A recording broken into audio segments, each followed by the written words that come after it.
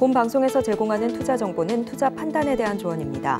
방송에서 제공하는 주식의 가치, 가격 상승 및 하락에 대해서는 방송사에서 보장하지 않습니다. 상한가 수익의 기회를 여러분께 매일 퀵 배송해드리는 상한가 로켓 배송 진행의 최유정입니다. 9월 22일 이번 주 마지막 장이 끝났습니다. 오늘도 우리 시장 쉽지만은 않은 하루였는데요. 그래도 장중 조금은 낙폭을 줄여가는 모습이었습니다. 간밤 미국 증시가 뉴욕 증시 3대 지수 모두 1% 넘는 하락세 보이면서 그 영향이 우리 시장에도 고스란히 전해지는 모습이었는데요. 오늘 양시장 1% 안팎의 하락세로 출발해 그래도 내림세를 조금은 줄여가는 모습이었습니다. 코스피는 개인의 매수세에 0.27% 약보합으로 장을 마치는 모습이었고요. 코스닥 역시 기관이 매수세 보여주면서 0.39% 약보합으로 올라서는 모습이었습니다. 연휴를 앞두고 이런 시장에서 대응 전략 세우기 어려우신 분들 많으실 텐데요. 노란톡방 들어오셔서 우리 최인성 전문가님과 함께 하시면 됩니다. 하단에 QR코드 스캔해 주시고 참여 코드 5421 입력해 주시면 됩니다. 또한 본 방송에서 제공하는 정보는 투자 판단에 대한 조언일 뿐 해당 주식의 가치와 수익률을 보장하지 않습니다. 서울경제TV는 자본시장 통합법을 준수하고 있습니다. 1:1 투자 상담이나 유사수 신행위 등 모든 불법 사항을 엄중히 금지하고 있습니다. 서울경제TV, 서울경제신문은 당사의 브랜드입니다. 기타 유사 브랜드에 주의하시기 바라겠습니다. 자, 본격적으로 상한가 로켓 배송 달려갑니다.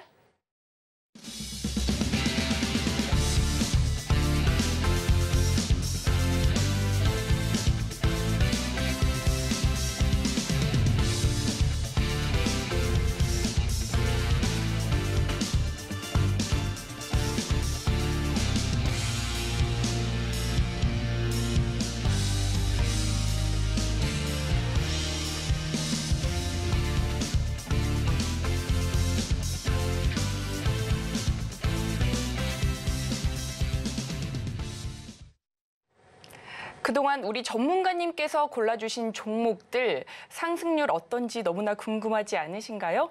저희가 상승률 탑5 골라봤는데요. 그 상승률이 아주 화려합니다. 이어서 살펴보고요. 그 후에는 장바구니 종목 힌트까지 만나보겠습니다. 최고가 기준 수익률 탑5 살펴보겠습니다. 먼저 5위부터 살펴보겠습니다. 마이크로 컨택솔 최고가 기준 42.4% 상승률 보여주며 5위에 올랐습니다. 이어서 오파스넷 최고가 기준 53.34% 달성하며 4위에 올랐고요. 다음으로는 8월 25일 언급해 주신 SY 56.6% 상승률 보여주며 3위에 올랐습니다. 이어서 유바이오로직스 최고가 기준 66.19% 상승률 보이면서 2위에 올랐고요. 1위는 VT인데요. 매수가 11,300원 기준 상승률 73.89% 달성하며 1위에 올랐습니다. 이어서 장바구니 종목 힌트 살펴보도록 하겠습니다. 오늘의 장바구니 종목, 엔터테인먼트 관련주로 이상한 변호사 우영우를 제작한 업체인데요. 넷플릭스에서 9주 동안 비영어권 TV 시리즈 시청시간 1위를 하며 한국 콘텐츠의 새 역사를 썼습니다. 현재는 해외 리메이크가 추진되며 기대감을 모으고 있는데요. 과연 오늘의 장바구니 종목은 무엇일지 지금 바로 살펴보도록 하겠습니다. 최투더 인투더 성. 우리 전문가님께서는 시장도 잘 짚어주시고 또 종목도 잘 골라주시고 우리 전문가님 정말 봄날의 햇살 같아요. 우리 봄날의 햇살 같으신 최인성 전문가님 인사 한 말씀 부탁드리도록 하겠습니다. 네, 안녕하세요. 최투더 유투더 장! 네, 재밌게 참 잘 봤었는데요. 그럼 관련주들까지도 설명드리기 이전에 오늘 시장에 대해서 간략하게만 설명을 드리고 넘어가겠습니다. 지난밤 4시 51분경에 어떠한 이슈가 있었습니까? 국회에서 저도 계속적으로 보고 있었는데 체포 결의안이라고 얘기를 하면 조금 불편하시겠죠. 어떠한 정치적인 이슈가 담긴, 정치적인 이념이 담긴 국회에 무언가 사건이 발생을 했습니다. 의결 자석수조차도 조금 달랐었지만 그래도 그중에서도 반대하는 의견들이 조금 있었다라는 거에 주목을 했었습니다. 하지만 결국에 시장에서 받아들인 건 해당 관련주들의 주식들이 일제히 어떻게 됐습니까? 시간외에서 모두 다 상한가에 갔었단 말입니다. 물론 안 간 종목도 몇 종목 있었습니다만 시간외에서 상한가를 갔었고 오늘 오전에 거의 대부분의 종목들이 갭이 뜰 가능성을 시사했었는데 저는 여기에서 궁금했었던 게 그러면 이 많은 종목들이 모두가 다 주가를 한 번 더 올리기 위해서는 그만큼의 자금이 시장에 들어와야 할 텐데 가능할까라는 생각을 가지고 있었어요. 그런데 그 가능성에 대한 것들을 엿보기도 이전에 거의 모든 종목들이 시가에서 고점을 찍은과 동시에 VI 간 종목도 많았죠. 일제히 다 하락을 했단 말입니다. 일제히 지속적으로 하락을 하다가 그중에 특정 구간에서 멈추고 주가를 상승시켰었던 서원 같은 종목들이 있었죠. 그런데 서원은 결국에 오늘 장 마지막 종가 상한가 가격을 찍기는 했지만 찍은 상태로 끝이 나면서 다시 한번 장후 시간에 큰 물량, 매도 물량이 나왔고 오늘 시간의 단일가에서도 꽤 큰 폭으로 하락이 나올 가능성을 엿볼 수 있었습니다. 그러면 정치 테마주가 아닌 다른 종목들은 어떻게 흘러갔느냐? 제가 어제 말씀을 드렸습니다. 개별주들은 일제히 다 하락할 거다. 그 이유는 거의 대부분의 시장의 자금이 정치 테마주로 흘러갈 것으로 판단하고 있기 때문에 오늘 시장은 매우 조심하셔야 된다라고 말씀을 드렸고요. 그 외에도 오늘 오전에 통신장비 관련주들 진짜 지긋지긋하게 올라갑니다. 통신장비 관련주들 모멘텀이 살아있다라는 것은 인정하겠으나 지금 현재 테마가 이렇게 지속적으로 상승을 보여준다면 그 끝은 어마어마한 하락이 나올 것이라고 예견할 수 있는데 통신장비 관련주 결국엔 오전장에 상승했던 것과는 다르게 오후장에서는 큰 폭의 상승을 보여주지 못했고 하락하는 종목들 또한 나왔다는 겁니다. 그리고 오후장으로 돌아서면서부터 다시 한번 몇 종목만 대장주로 뽑힐 수 있는 몇 종목들만 상한가에 안착을 했고 그 외의 종목들은 갭이 뜬 것 이상으로 혹은 갭이 뜬 만큼 하락을 보여줬단 말입니다. 그중에 아지텍 WB 같은 경우에는 오늘 시초가에 공략하려고 노력했었던 종목이기도 하지만 거의 대부분의 종목들과 마찬가지로 하락을 보여줬었고 그중에 오후장으로 와서 특이점을 여러분들이 지켜보셨는지는 모르겠습니다. 오후장에 하락 VI를 1차적으로 받았습니다. 하락 VI를 1차적으로 받고 그 상황에서 아래 매수 호가가 텅텅 비어있는 것을 확인한 세력은 2차 하락 VI 가격까지 주가를 한 번에 큰 폭으로 내렸습니다. 1,806원 정도였었나요? 그런데 하락 VI를 마친 다음에 시작했던 가격이 1,870원 가격 구간이었었단 말이죠. 이 말은 뭡니까? 매수를 받쳐놓은 게 문제가 아니라 왜 2차 하락 VI를 보냈었을까라는 생각을 해봐야 된단 말이죠. 저 또한 하락 VI를 간 이후에 1,870원부터 시작하는 것을 보고 이때 알게 된 내용인데 무엇이냐. 분명히 미수로 진입한 사람들 그리고 로스컷이 나올 수 있다라는 가정을 하고 일부러 하락 VI를 한 번 더 보냈다라고 판단하는 겁니다. 그 결과 아지텍 WB는 결국에 종가까지 2,085원인가요? 올라가고 그 다음에 마지막 장중 동시호가 가격이 2,050원으로 마감을 하면서 한 번 더 상승할 수 있나라는 기대 심리를 심어주긴 했지만 여기에서 문제가 되는 건 결국엔 또 장후 시간이었습니다. 그러면 장후 시간에서는 매도 물량이 더 많았으니 여기에서 아직 시작되지 않은 시간의 단일가 4시부터 아지텍 WB가 종가 행보 구간까지만 유지를 해준다면 그러면 내일장에서 갭이 뜨거나 아니면 주가를 한 번 더 올릴 수 있다는 가능성을 염두에 볼 수 있는 상황인데 자 이런 식으로 정치 테마주들의 상승과 하락은 여러분들이 직접 몸으로 느끼시기에 너무나 리스크가 크다는 겁니다. 그래서 그 외에 다른 종목들을 봐야 하는데 여기에서 우리가 지속적으로 우려먹어 왔었던 오후장의 강력한 테마는 바로 로봇 테마였었다라는 겁니다. 그러면 이 로봇 테마들 중에 매출액이 제일 잘 나오는 기업은 뭐라고 말씀을 드렸습니까? 바로 SPG라고 말씀을 드렸었죠. SPG 같은 경우에는 지속적으로 모멘텀이 작용할 수 있고 거기에 매출액까지 있으니 우리가 로봇주들을 일제히 매도하는 날이 바로 언제냐? 10월 5일입니다. 10월 5일. 왜 이때 매도를 해야 하느냐?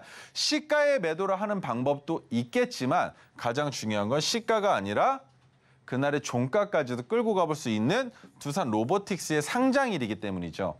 그러면 두산 로보틱스가 상장되면서 주가를 올린다면 로봇주들 또한 마찬가지로 일제히 상승해 주겠지만 두산 로보틱스가 시초가를 형성한 이후에 그 시초가를 이탈한다면 그 자리가 바로 다른 로봇주들도 마찬가지로 매도하는 시점이 될 것이다라고 보는 겁니다. 물론 레인보우 로보틱스나 아니면 다른 로봇 관련주들 중에 뭐 올라갈 수 있는 종목들은 있을 겁니다만 레인보우 로보틱스가 받쳐준다고 해서 뉴로메카가 받쳐줄 것이다라는 생각을 하시면 안 된다는 겁니다. 뉴로메카는 레인보우 로보틱스를 등에 업고 주가를 올리고 있었던 종목이지만 레인보우 로보틱스가 올라갈 때에도 뉴로메카는 그 힘을 받지 못했었던 이력이 있기 때문에 뉴로메카를 가지고 계신 분들은 필수적으로 10월 5일 혹은 그 전에 주가의 상승분에 익절하시거나 매도하시는 방법을 사용하시는 게 오히려 좋을 수도 있다라는 판단을 하고 있습니다. 자, 그러면 이번 주가 끝났는데 다음 주는 월, 화, 수 3거래일 남아있죠. 이 3거래일만 잘 버티시면 그 다음 주에 추석 악재가 끝나면서 수급이 붙을 겁니다. 그러면 지금 물려 있으신 분들도 어떻게 대응을 해야 되느냐? 물려 있는 게 문제가 아니고 수급이 붙을 때에 거래량이 붙어주는지 그것만 보시고 그때 손절하셔도 늦지 않는다는 겁니다. 이 말이 뭐냐면 수급이 없을 때에는 거의 모든 종목들이 다 주가를 내릴 수 있어요. 그런데 수급이 붙을 때에는 따라서 올라가야 된다는 겁니다. 미국의 시장 상황과 별개로 움직이고 있습니다. 우리나라 주가가. 코스피, 코스닥 마찬가지로 미국의 시장 상황보다 지금 현재 우리나라에 처해져 있는 추석이라는 악재에 주가의 영향을 받고 있는 상황인데 그 주가의 영향인 악재가 재료가 소멸됨에 있어서 다시 한번 시장에 부흥이 올 때에 여러분들이 물려 계신 종목들이 반응이 나오지 않는다면 그때 가서 생각하시고 익절 혹은 손절을 고민해 보시는 게 맞다라는 판단을 하고 있고요. 자, 마지막 3거래일을 대응하기 위한 전략이면 전략, 그 외에 매매 방법에 대해서는 제가 노란톡에서 한 번 더 정리해서 말씀을 드릴 겁니다. 물론 어제도 보신 분들 계시겠죠. 제가 정치 테마주들에 대해서 어떤 누구 관련주를 모두 다 정리해서 올려드렸었던 이유는 여러분들이 보유하고 계신 종목들도 그 편입되어 있는 상황이라면 익절과 매도를 하실 수 있는 시나리오를 세우실 수 있는 방법이 되실 수 있는 거고요. 왜? 정치 테마주들은 모두 일제히 상승하거나 하락할 가능성을 시사했었던 대목이 있었으니까 그 외에도 보유하고 있지 않은 상황에서는 진입할 수 있는 방법 또한 제시해드릴 수 있었겠지만 오늘 정치 테마주는 결국엔 제가 바라보고 있는 정치 테마주들의 갭은 세력들이 자기네의 물량을 매도하기 위한 그리고 개미들을 털어내기 위한 구간으로밖에 보이지 않았었다는 겁니다. 지속적으로 하락하면서 어땠습니까? 매수호가가 왜 자꾸 받쳐져 있었을까요? 왜 매수호가가 받쳐질 수 있었을까요? 세력들이 보유하고 있었던 물량이 전액 현금은 아니었을 겁니다. 그러면 신용잔고를 털어내기에 가장 적합한 날이 오늘이 아니었을까라는 생각도 해볼 수 있으면서 거기에 추가적으로 매수한 개인 투자자들의 매수 물량을 지금부터 주가를 조금만 더 이탈시킨다면 온전히 다 내가 다시 받아낼 수 있겠죠. 그래서 오늘 시장에서 주가가 하락했지만 여기에서 보고 있는 거 3거래일 남은 다음 주 그리고 내일부터 일요일까지 토요일, 일요일 동안 혹시나 정치 테마주의 이슈가 나오는 것은 없는지 종목을 보유하고 계신 상황이라면 면밀히 판단하셔야겠지만 종목을 보유하고 있지 않은 상황이라면 다음 주에 주가의 반영분을 보시고 진입하실 수도 있다라고 판단할 수 있습니다. 자, 첫 번째 종목은 줌인터넷인데요. 줌인터넷은 9월 18일 날 토르시노가 포착이 돼서 19일 날 방송에서 말씀드렸었던 종목입니다. 데이터 센터와 AI 관련주로 엮여 있고 거기에 플랫폼 자율 규제, 내달 입법 추진 수혜가 있던 기업이다라고 설명을 드렸죠. 그런데 오늘 대통령이 뉴욕에서 열린 디지털 비전 포럼에서 가짜 뉴스를 위협한다는 발언을 하면서 정부 선정 가짜 뉴스 판별 AI 1위 기업인 이력이 있었던 줌 인터넷이 부각됐다는 겁니다. 우리나라에서 줌 인터넷이 1등이에요. 뭡니까? 가짜 뉴스라는 게 뭡니까? 진짜로 실체가 있지 않은 기자를 고용해서 만들어낸 뉴스들, 그런 것들을 선별해내는 AI 프로그램을 개발한 이력이 있었고 그 기업으로서 부각받았었던 게 바로 줌 인터넷이라는 겁니다. 이 뉴스가 나오기 전에 종목에 진입했었다라는 것에 여러분들은 주목해 주셔야 되는데, 자, 여기에서 보시면 참으로 안타깝게 매수와 동시에 주가를 이탈시켰으나 거래량이 없었죠. 거래량이 없으면 충분히 버텨볼 수 있었겠지만 오늘 애석하게도 페노션 같은 경우에는 버틸 수 있었음에도 불구하고 정치 테마주가 수급이 붙는다는 거에 리스크를 제가 스스로 감내하지 못하고 손실을 봤다는 겁니다. 그런데 지금 시장에서는 10%까지는 충분히 열어놓고 보셔야 된다는 거예요. 마이너스 10% 구간까지는 충분히 내려올 수 있다라고 보시는 거고 추석 악재가 끝난 다음에 다시 손실폭을 5%로 조절하시는 게 맞은 시장이라는 겁니다. 세력들도 주가를 올리기 위해서 수급이 붙여야 되는데 수급을 붙이기가 너무나 어려운 상황에 직면에 있으니 오늘처럼 뉴스를 만든다 하더라도 큰 폭으로 올리기가 부담스럽다는 겁니다. 거기에 오늘 거래량까지 붙었죠. 그런데 거래량을 붙이면서도 윗꼬리가 꽤 길게 나왔다라는 건 여기에서 상승할 가능성도 염두에 볼 수 있지만 한 가지 더 말씀을 드리자면 우리가 진입했을 때와 마찬가지로 한 번 더 주가를 이탈시키는 것처럼 보여줄 수 있다는 겁니다. 그렇게 해서 다음 주에 어떻게 하겠습니까? 개인 투자자들의 손실을 만들어내고 개미를 털어내고 추석이 끝난 이후부터 주가를 올릴 수도 있는 기업이 바로 줌 인터넷이라고 설명을 드려볼 수 있는 건데 이미 우리는 익절 구간에서 한번 매도를 했으니 그렇다면 제가 줌 인터넷을 한 번 더 말씀드릴 수 있는 건 다음 주 화요일이나 수요일 정도가 될 것으로 보여집니다. 물론 그때 말씀을 드리지 못한다면 보유하고 있는 보유자의 영역으로 들어갈 수밖에 없는 상황이지만 한 번 더 주가를 내릴 수밖에 없게끔 만들어야 세력 입장에서도 부담이 적을 테니 이 부분을 한번 같이 지켜보셨으면 좋겠습니다. 자, 두 번째는 GMBS 에코. GMBS 에코는 언제 포착이 됐느냐? 8월 31일 날 토르시노가 포착이 됐었던 종목인데 반도체 장비 관련주라고 제가 말씀을 드렸습니다.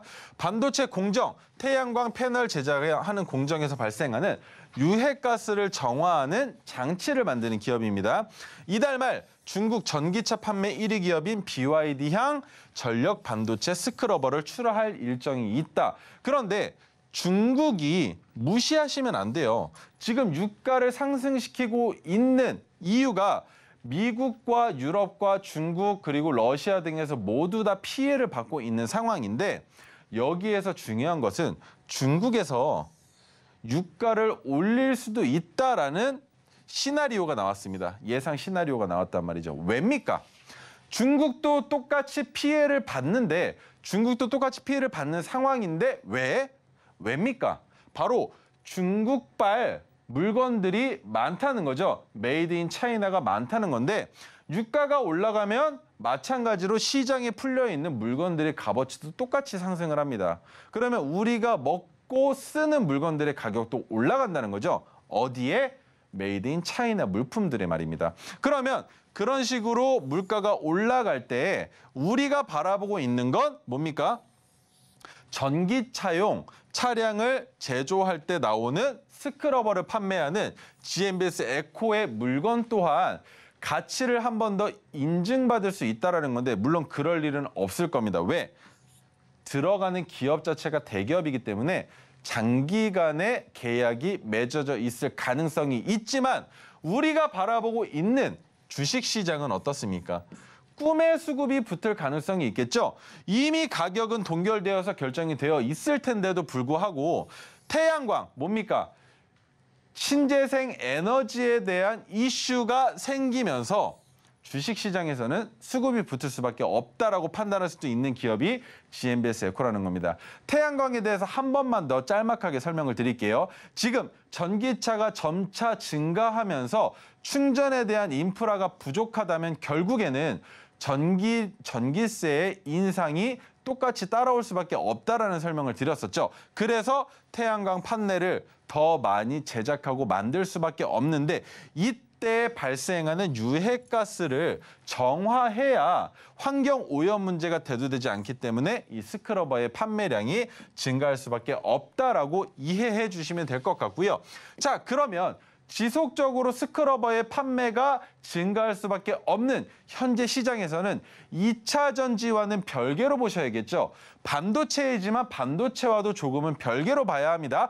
그러면 신재생 에너지와 동급으로 가지만 2차 전지 그리고 전기차의 매출과 판매 대수가 증가하면 증가할수록 GMBS 에코는 개별적인 종목으로서의 주가 상승을 기대해 볼 수 있다고 판단할 수 있는 겁니다. 그런데 지금 현재 주가가 어떻게 되고 있습니까? 내려가고 있죠. 그런데 오늘 더 큰 폭으로 내려갔어야 정상인데 거래량도 줄였고 거기에 캔들도 큰 폭으로 내리지 못했다라는 겁니다. 그러면 이 종목은 다음 주만 보면 돼요. 어디까지 내려갈 것이냐, 그리고 그 내려가는 구간이 우리가 생각하는 지지선 라인에서 주가의 횡보가 멈춘다면 추석이 끝난 이후에 GMBS 에코가 뉴스를 한 번 더 내주고 전고점을 돌파할 수도 있다라는 판단을 할 수 있게 되는 겁니다. 그래서 GMBS 에코 같은 경우에는 신호가 포착된 이후에 종가 대비 수익률이 25.65%인데 한 번 더 주가를 올릴 가능성이 있기 때문에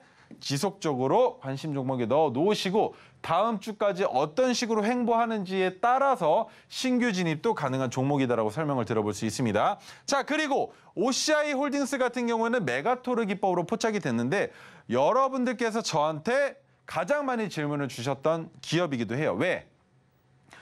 아니, 이 상황에서 이렇게 악재가 있는 기업을 매수하겠다라고 물어보셨단 말입니다. 저는 9월 7일 날 그리고 9월 13일 날 두 번이나 메가토르 신호가 포착이 됐기 때문에 9월 7일 날 진입하신 분들은 9월 13일 날 진입하지 마시고 그냥 보유하시면 됩니다. 올라갈 겁니다.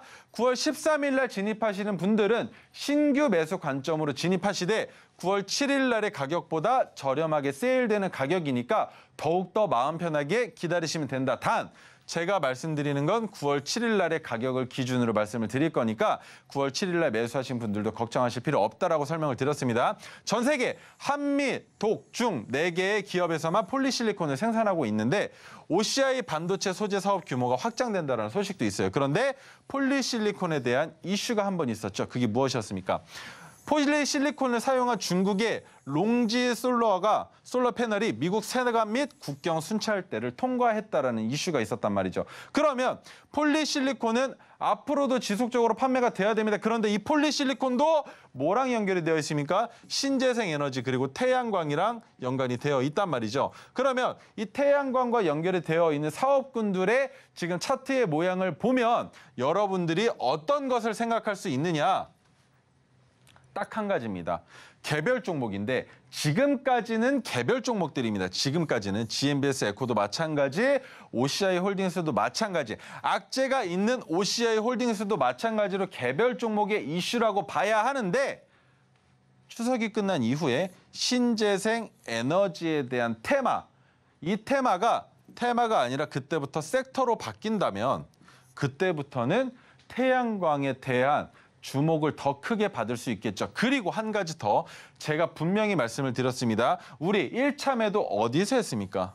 1차 매도 검은색 저항선에서 들어갔었죠. 그런데 1차 매도가 아니라 메가토르 기법은 5%에서 1차 매도를 하고 두 번째 검은색 저항선에서 2차 분할 매도를 하고 세 번째 파란색 저항선에서 마지막 매도를 할 수도 있고 아니면 남은 물량을 한 번 더 쪼개서 분할 매도를 할 수도 있다고 설명을 드렸습니다. 그런데 여기에서 특이점이 발생을 한 겁니다.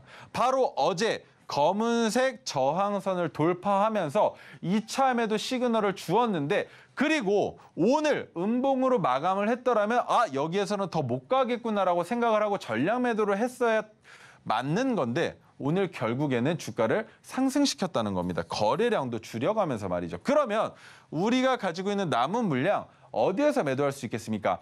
파란색 저항선을 찍고 내려올 가능성도 있기 때문에 1차적으로 현재 남은 보유분을 파란색 저항선에서 분할 매도를 하시고 그 다음에 12.5% 정도가 남으실 텐데 그 물량 파란색 저항선에서 전량 매도하셔도 되고 아니면 전고점까지 주가가 상승할 가능성도 있으니 그때까지 끌고 가보셔도 좋으나 가장 중요한 것은 무엇입니까? 오늘 토르 기법의 저항선까지 돌파했으니 우리가 만약에 파란색 저항선에서 전량 매도를 하지 않는다면 검은색 지지선까지 주가가 내려올 때까지는 지켜보셔도 된다라는 겁니다. 왜?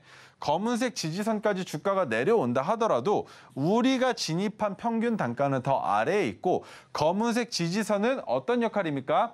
지지가 되기도 저항이 되기도 하기 때문에 확실하게 이탈한 이후에 그 다음 캔들에서도 이탈하는지까지 확인하고 익절하시면 된다라고 설명을 드려볼 수 있는 차트고요. OCI 홀딩스 조금 더 갈 가능성 있습니다.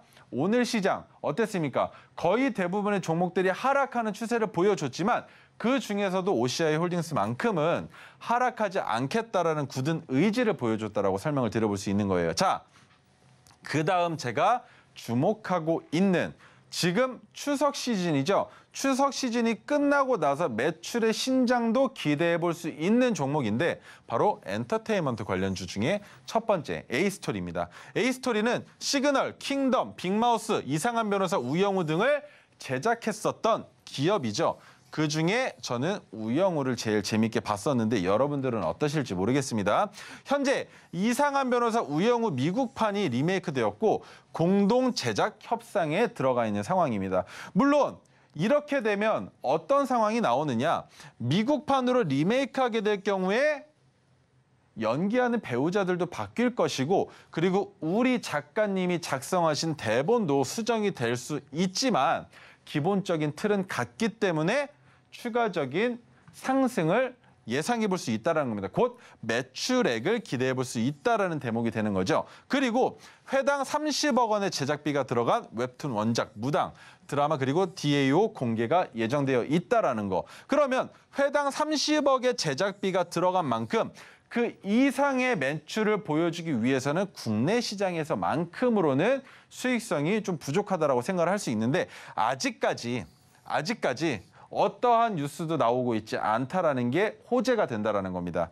이만큼 투자를 했으면 투자한 투자자들 입장에서는 충분히 메리트가 있는 뉴스가 있을 겁니다. 물론 지금은 대회비이기 때문에 공개가 안 되고 있겠죠. 그리고 기자들 입장에서도 이 내용을 알고는 있겠지만 얘기할 수 없는 상황에 처해져 있을 가능성이 충분히 있다라고 보는 겁니다.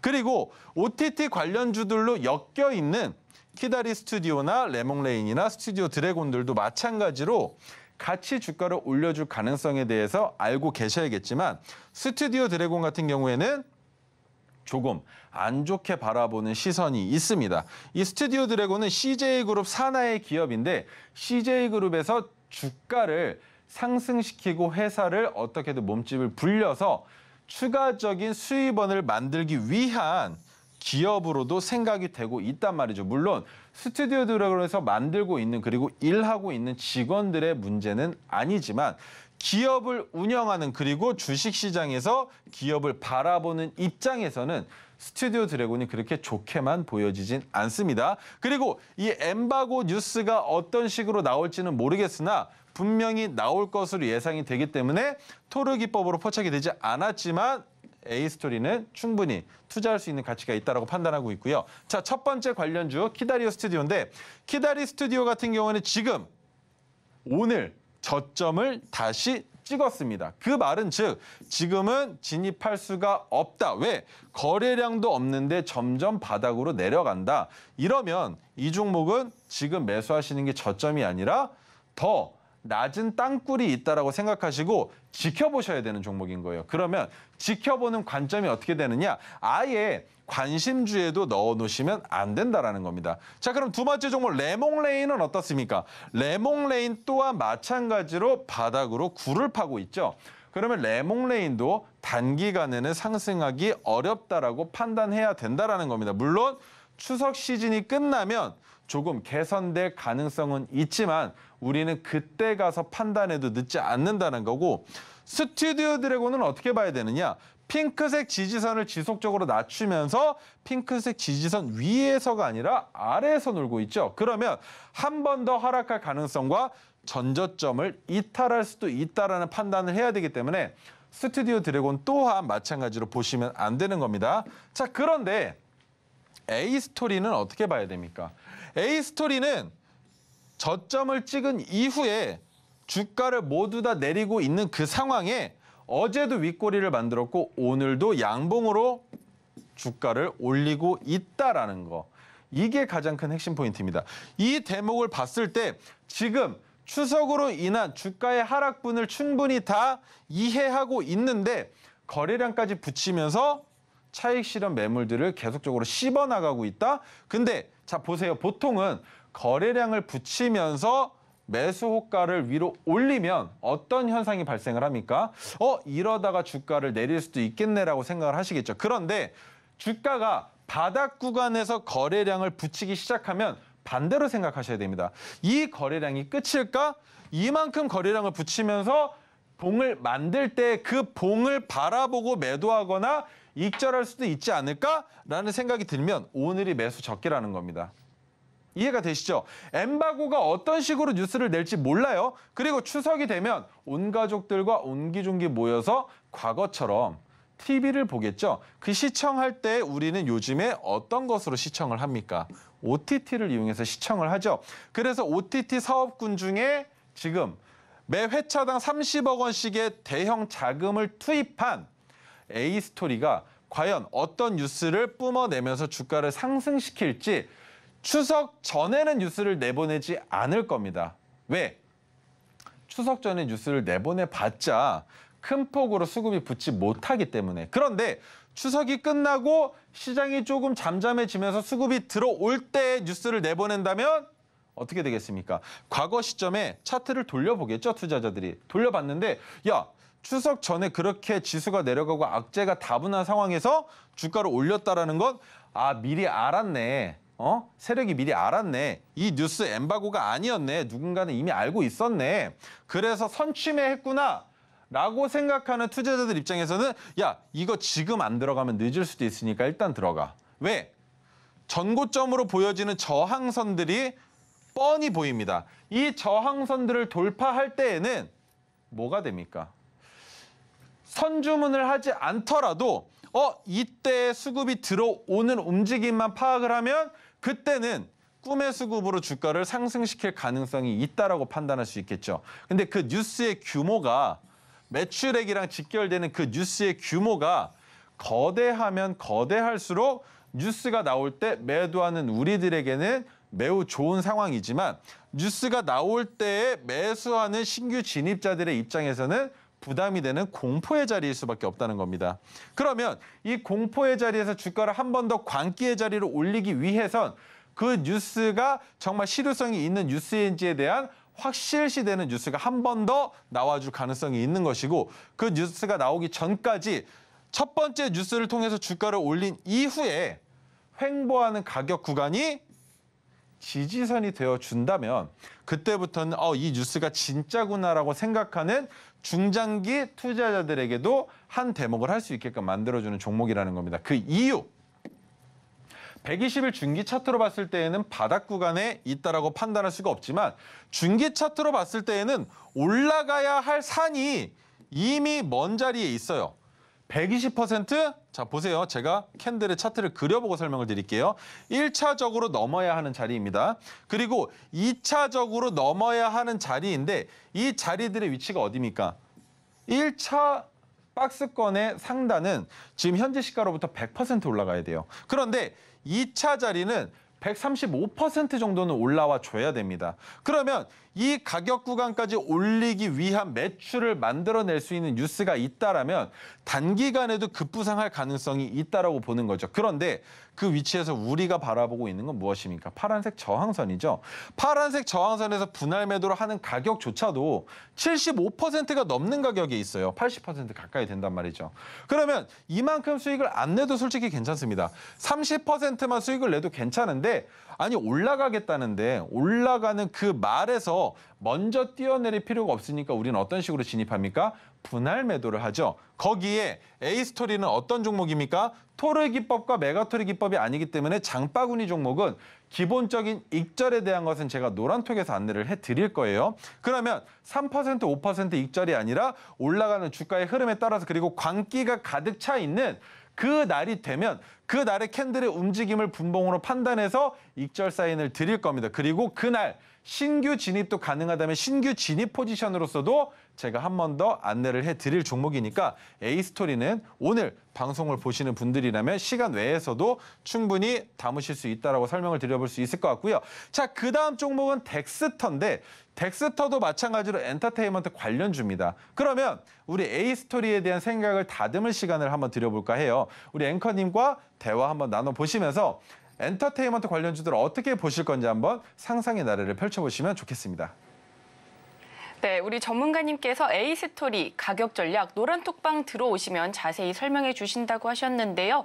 놓칠 수 없죠. 지금 바로 들어오시면 됩니다. 하단에 QR코드 스캔하시고 참여 코드 5421 누르고 들어오시면 됩니다. 들어오시면 가격 전략뿐만 아니라 우리 전문가님의 종목 추천 그리고 다음 주 대응 전략까지 얻어가실 수 있으니까요.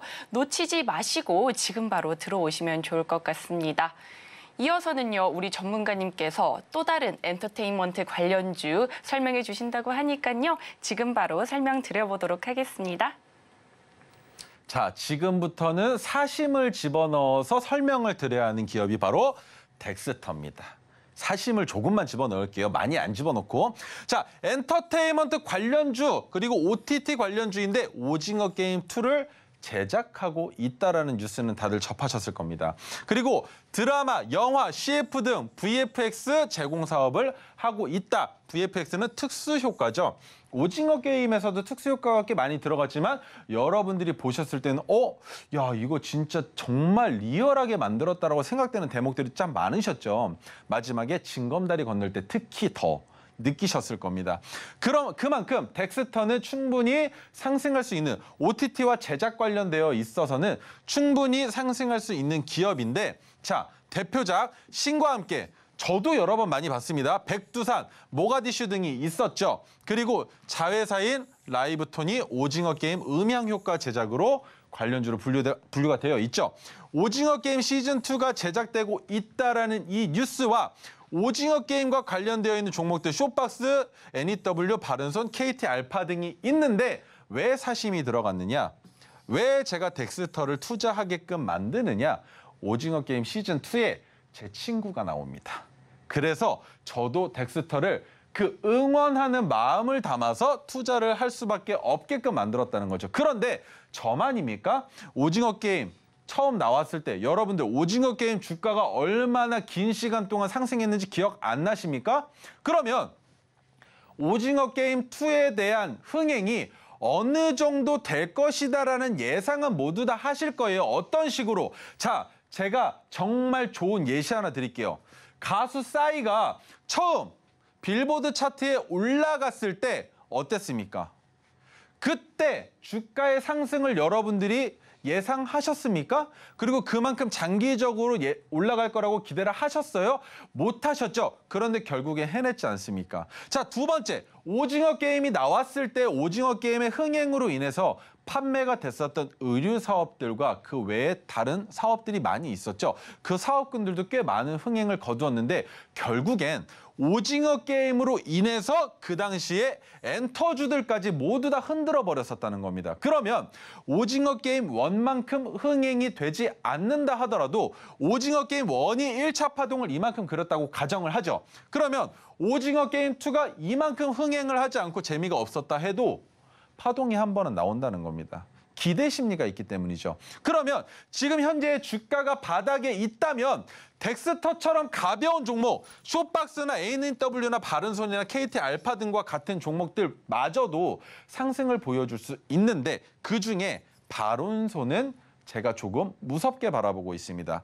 바른손은 무섭게 바라보고 있고 쇼박스 자체는 조금 거대하죠, 그나마. 그러면 우리가 진입하기에 좋은 종목은 변동성이 큰 종목을 진입하는 게 조금은 더 낫다라는 생각을 하는 겁니다. 이해가 되실까요? 그러면 덱스터 차트를 보시기 이전에 다른 종목들 먼저 보죠. 첫 번째 쇼박스인데 3,095원이 저가입니다. 저가인데 지금 저가를 위협하고 있는 추석 악재가 끼어 있기 때문에 여기에서 여러분들 신중하게 판단하셔야 돼요. 저점을 만들어 놨을 때 쌍바닥을 찍는 것까지는 오케이. 근데 쌍바닥을 찍는 가격이 3,095원이 아니라 3,100원이어야 된다는 겁니다. 그래야 쌍바닥을 찍고 올라간다는 가정을 하는 거지. 쌍바닥을 찍는데 3,095원을 이탈한다면 어떻게 판단합니까? 전저점을 깼던 종목이네. 그러면 수급이 붙을 때에도 큰 폭으로 붙기가 어려워요. 1차 상승 때. 그러면 쇼박스는 오징어 게임 2가 흥행할 때까지 주가를 빨리 올려놓지 못한다면 대장주가 될 수 있는 가능성은 매우 희박하다고 볼 수 있고요. 자, 두 번째 종목. NEW는 어떻습니까? 5,060원을 찍어 놓은 지가 꽤 오래됐고 박스권을 충분히 잘 유지를 해주고 있었기 때문에 지금 내려오는 이 하락이 달갑지만은 않은 종목입니다. 왜? 최근에 만들었던 저점을 깨면 안 됐어요. 저점을 깨지 않고 주가를 올렸어야 하는데 마찬가지. 추석에 대한 악재가 있는 기업이다라는 겁니다. 그러면 쇼박스와 마찬가지로 주가를 빨리 올려놔야 할 텐데 NEW는 어디까지? 오징어 게임 2가 나오기 전까지 박스권 상단에는 올려놔야 크게 수익을 만들어낼 수 있다라는 거. 이 내용을 알고 있는 누군가는 주가를 올리려고 노력을 하겠지만 그때까지 주가가 올라와 있지 않다면 우리는 NEW 안 보면 그만입니다. 자, 바른손은 어떻게 봐야 될까요? 바른손도 지속적으로 지금 주가를 내리고 있지만 저점을 찍었던 1,630원을 만들어 놓고 그 가격 구간에서 횡보를 하고 있죠. 그러면 이 종목도 마찬가지로 박스권의 상단을 돌파해 줄 때까지 움직임을 지켜봐야 된다는 겁니다. 그래서 핑크색 지지선이 지속적으로 내려와 주고 있고 여기에 전저점까지 이탈한다면 한 번 더 하락할 수 있다. 거기에 지금 현재 주가가 추석 악재로 인해서 지속적으로 하락하고 있는 기업이다라고 보면 되겠죠. 그런데 덱스터는 왜? 여러 번이나 포착이 됐었던 이력이 과거 시점에 있었죠. 그런데 다른 종목들과 다르게 포착이 될 때마다 수익을 만들어 줬었던 이유, 그리고 이 시기가 뭐였는지를 여러분들이 아셔야 된다는 겁니다. 그러면 이번에도 오징어 게임이 흥행할 때의 주가의 상승을 과거 시점과 똑같이 가져갈 수 있겠다라는 판단을 하지만 제가 뭐라 그랬습니까? 1차 상승이 이만큼 나왔고 두 번째 나오는 오징어 게임 2가 흥행에 성공하지 못하더라도 이만큼은 올라온다. 그러면 53,000원을 고점으로 찍어놨는데 여기에 절반밖에 못 올라간다라고 선을 그어보면 지금 현재 주가 기준으로 얼만큼입니까? 300%예요. 300%. 그래, 내가 조금 더 양보할게. 여기까지. 250%입니다. 이것도 여기까지 못 올라가겠지. 조금 더 양보해보죠. 150%예요. 이만큼 수익을 만들어내기에 충분한 기업이다라는 겁니다. 왜? 이때 올라가는 것조차 말이 안 됐어요. 오징어 게임이 이만큼이나 성장할 수 있을 거다라는 기대 심리가 있었던 기업이 아니었단 말이죠. 그런데 왜 올라갈 수 있었습니까? 왜 수급을 붙일 수 있었고 왜 거래량을 붙일 수 있었느냐? 그만큼 가볍고 올리기가 쉬웠다. 그리고 수급이 붙을 때에도 개인 투자자들도 모두가 다 환호성을 지를 수 있을 만큼 매도 자리까지 충분히 주면서 주가를 올리고 내렸다라는 거. 그게 가장 핵심이 되는 겁니다. 물론 내려왔을 때에는 모두 다 올라갔던 종목과 마찬가지로 횡보하는 것처럼 상승할 것처럼 보여주고 이탈시키기는 했지만 상승 추세가 시작되는 초입 부분에서 잡을 수만 있다면 마찬가지로 수익을 가져갈 수 있다는 거. 그러면 그 상승 시작을 바라볼 수 있는 가격 구간은 지금도 괜찮다고 보고 있지만 여기에서 추석 시즌이 끝난 다음부터 잡는 것 또한 메리트가 될 수 있습니다. 하지만 지금 가격 구간이 어디냐? 지금 가격 구간 자체가 제가 선을 좀 이쁘게 못 그렸는데 지금 가격 구간 자체가 바닥 구간에 인접해 있다는 겁니다. 그러면 이 바닥 구간에서 나오는 상승의 흥행을 여러분들이 직접 만끽하기 위해서는 지금부터 매집을 해야 하는데 왜 지금부터 매집을 해야 된다고 말씀을 드리느냐? 매도호가, 매수호가 물량이 많지가 않아요. 그렇다고 여러분들이 한번 매수 시장가 누르는 순간 1차 VI 가는데 그러면 뭐야 이거 갑자기 왜 10% 올랐어? 라고도 할 수 있는 겁니다. 제가 매수해도 마찬가지 결과가 나와요. 그런데 형님 누님들 매수하시는 금액이 비중이 크면 한 호가 내가 원하는 가격을 정해놓은 그 호가에 매수하실 수가 없으니까 지금부터 어떻게 매수하시느냐? 매일 조금씩 매수를 하시는 겁니다. 평균 단가도 맞추면서 주가의 상승분도 기대해 볼 수 있는 상승 가능성이 다분한 기업이기 때문에 어떤 식으로 매수를 하느냐? 저 같으면 음봉이 나올 때마다 종가에 매수를 하겠습니다. 그게 가장 현명하다고 보니까요. 양봉이 나올 때에는 음봉이 나올 수도 있다는 리스크도 있지만 어디서든 지금 현재 가격 구간은 충분히 메리트가 있는 가격이죠. 하지만 음봉이 나올 때마다 매수를 한다면 내가 사는 가격이 항상 저렴한 가격에서 세일된 가격에 샀다라는 안도감을 가지면서 주가가 올라갔을 때에도 어떤 식으로 야 이렇게 저점에서 잘 사놓으니까 주가가 올라갈 때 내가 분할 매도할 때도 마음이 훨씬 편하네라고 생각할 수 있다는 거예요. 그런데 왜 그렇게 해야 하느냐? 양봉이 나오는 날과 음봉이 나오는 날이 모두 같을 수는 없습니다만 양봉이 지속적으로 나올 때도 있을 거고 음봉이 지속적으로 나올 때도 있을 거예요. 그러면 시기적으로 봤을 때 오징어 게임 2가 과연 언제 나오느냐는 거를 확인해 보자는 겁니다. 아직 시기가 좀 남아있죠. 그러면 지금부터 매일매일 사기에는 리스크가 있으니 음봉이 나올 때마다 매수하는 것이 가장 좋다라고 판단을 하고 있는 겁니다. 자, 120일 중기 차트로 봤을 때 지금 오늘 저점으로 나와요. 7,750원. 근데 오늘 양봉이죠. 그런데 오늘 양봉이 나오면 안 되는 시장이었는데 갭이 빠졌으니까 양봉이 나온 겁니다. 그러면 다음 주부터 7,700원을 기산점으로 잡고 그때부터 종목을 매수해 나가신다면 아주 좋은 자리에서 매수가 끝나실 거고 오징어 게임 2 첫 번째 재료 소멸 언제입니까? 오징어 게임 2가 나오는 첫날. 그 전날에 이미 주가를 큰 폭으로 올릴 거니까 그때 매도하시는 방법을 사용하셔도 좋다라는 설명을 드려보면서 오늘은 여기까지 설명을 마쳐보도록 하겠습니다. 자, 그러면 우리 앵커님 만나시면서 제 자료집 선물 한 번 더 받아가시고 주말 잘 보내시길 바라겠습니다. 네, 덱스터 지금 바닥 구간에 인접해 있다고 하는데요. 음봉이 나올 때마다 조금씩 분할 매수 추천해 주셨습니다. 덱스터에 관한 가격 전략 더 궁금하시다고 하면 노란톡방 들어오시면 됩니다. 하단에 QR코드 스캔하시고 참여 코드 5421 입력하시고 들어오시면 됩니다. 들어오셔서 우리 오늘 수식 그리고 조건 검색식 모두 받아가실 수 있으니까요. 선물도 놓치지 마시고 받아가시면 좋을 것 같습니다. 이어서는 오늘의 핵심 저희가 준비했으니까요. 큰 화면으로 만나보도록 하겠습니다. 오늘의 핵심 살펴보겠습니다. A스토리, 엔터테인먼트 관련주로 회당 30억 원의 제작비를 들인 드라마 DAO를 공개할 예정이라고 밝히면서 기대감 모으고 있습니다. 이어서 덱스터, 역시 엔터테인먼트 관련주로 드라마, 영화, CF 등의 특수효과 제공 사업을 영위하고 있습니다. 오징어 게임 관련주로도 엮여 있는 가운데 오징어 게임 시즌2가 제작된다는 소식에 관심이 쏠리고 있습니다. 토르 기법, 주가가 재차 상승할 가능성이 높은 자리를 캔들 2개 또는 3개로 파악하여 종가 베팅하는 기법입니다. 종가 베팅 성공률 높이고 싶으시다면 지금 바로 노란톡방 들어오시면 됩니다. 그리고 저희가 본 방송에서 제공하는 정보는 투자 판단에 대한 조언일 뿐 해당 주식의 가치와 수익률을 보장하지 않습니다. 서울경제TV는 자본시장 통합법을 준수하고 있습니다. 1:1 투자 상담이나 유사수 신행위 등 모든 불법 사항을 엄중히 금지하고 있습니다.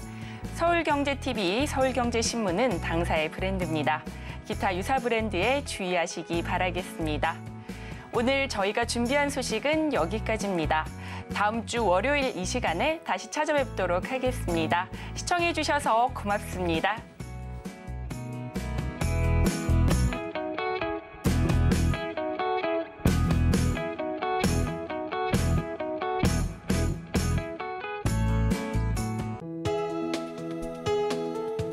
본 방송에서 제공하는 투자 정보는 투자 판단에 대한 조언입니다. 방송에서 제공하는 주식의 가치, 가격 상승 및 하락에 대해서는 방송사에서 보장하지 않습니다.